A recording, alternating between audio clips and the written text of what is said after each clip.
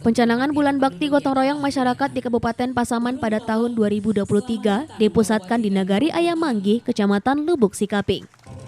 Pencanangan BBGRM di Kabupaten Pasaman ditandai oleh pemukulan gong oleh Bupati Pasaman yang dilanjutkan penyerahan alat kerja kepada masyarakat dan LPM Nagari. Usai pencanangan, Bupati Pasaman bersama Forkopimda dan unsur pemerintahan kecamatan dan Nagari tinjau langsung pekerjaan gotong royong masyarakat Ayam Manggi dalam kegiatan pengecoran ulang Jalan Kampung Pasia tembus ke Pasar Ayam Manggi yang didanai oleh APB Nagari Ayam Manggi tahun 2023 sebesar Rp25 juta. Beni Utama Bupati Pasaman mengapresiasi Wali Nagari Ayam Manggi yang telah sukses menjadi tuan rumah dalam pencanangan BBGRM tahun 2023 di Kabupaten Pasaman dan berharap dengan dicanangkannya BBGRM di Kabupaten Pasaman bisa menggelorakan kembali semangat gotong royong di tengah masyarakat Kabupaten Pasaman.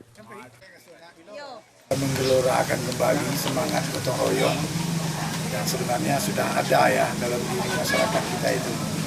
Yang kita sebut yang selama ini kan pepatah kita orang Minang itu balik sama di minggu ringan sama di hijau. Tapi ini kan perlu kita terus gelorakan semangatnya.